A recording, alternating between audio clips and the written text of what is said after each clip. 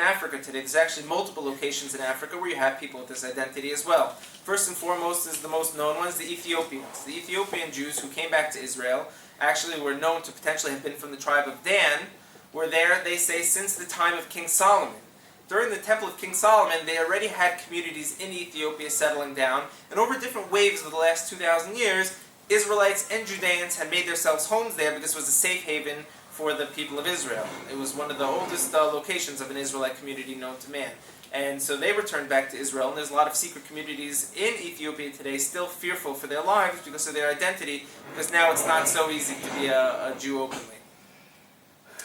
Another location in Africa is the Igbo tribe in Nigeria, who claim potentially being descendants of the Israelites who we see in the time of the Judean temple who fled from the Chaldeans, fled into Egypt because they were fearful, and they say they made their way down across the Sahara into Nigeria as businessmen. We don't know if it was 10 or 20,000 of them, or it could have been one or two men who had this identity and restarted, just like Joseph did in Egypt. When Joseph went to Egypt, he married the daughter of the Egyptian high priest, and they had a family. If he never left Egypt, he would have stayed there, he would have flourished and prospered. His children would have been tens of thousands and hundreds of thousands of B'nai Joseph, the children of Joseph. So we see now, we don't know how the tribe spread, if it was hundreds of thousands or so few, but it's irrelevant. Because today in Nigeria, there's 40 million people who have this identity that they are from the tribes of Israel. Okay, let's just go one more place in Africa, then we'll go into a little bit of the politics about it. You have in the south of Africa the Lemba tribe today, who, they're not numbering in the multiple millions like other tribes, but what's unique about them is they have the Y chromosome to be Kohanim amongst themselves. So when they claim to be from the people of Israel, a lot of the world was skeptical, saying, no, you're not from the children of Israel, you're just trying to jump on the first world bandwagon, get out of a third world country, it's not possible. A professor from Duke University went down there and did DNA testing on them, showed 10 or more % of them have the Y chromosome to be Kohanim, to be actual priests of Israel.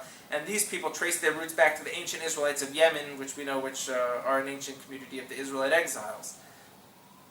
Now this is, for the most part, the general consensus of the largest people in Africa. You do have different groups like the Abu Daya in Uganda who aren't saying they're from the lost tribes, but have joined the people of Israel in the large amounts of numbers.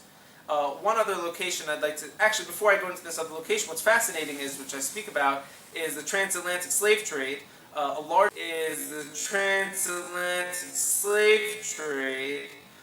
A large percentage of it actually came from Igbo territory. So these Igbo today in Nigeria, who are practicing Jews, numbering the 40 million people, with customs and traditions, doing circumcision on the 8th day, were the same exact people brought to the Americas. The same exact people brought to the Americas on the transatlantic slave trade.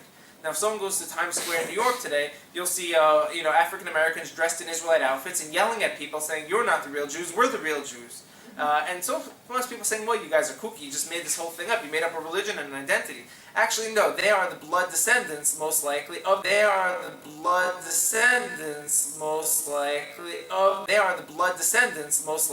the people who, from Israel, were brought from Africa to America. So it's very fascinating.